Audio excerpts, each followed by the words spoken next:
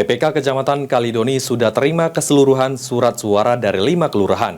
Namun, untuk tahap rekapitulasi, PPK Kalidoni masih menunggu jadwal yang dikeluarkan oleh KPU.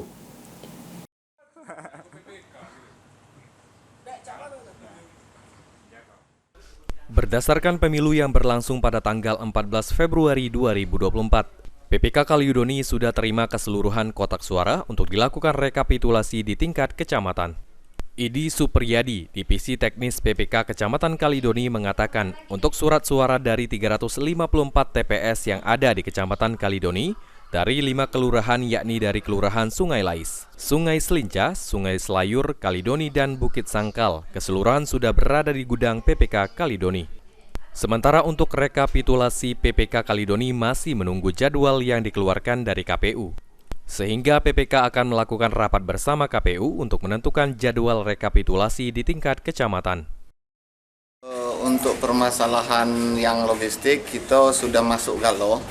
Terakhir semalam sekitar jam 11 dari Kelurahan Selinca.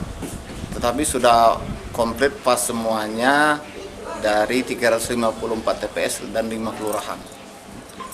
Untuk tahap rekapitulasi sendiri, Kak? Untuk tahap rekapitulasi kita masih nunggu jadwal dari KPU. Hari ini kita mau rapat dulu di KPU menentukan kapan jadwal rekapitulasi di tingkat kecamatan.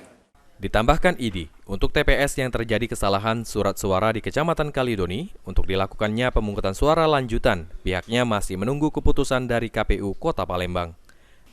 Eki Saputra, PAL TV.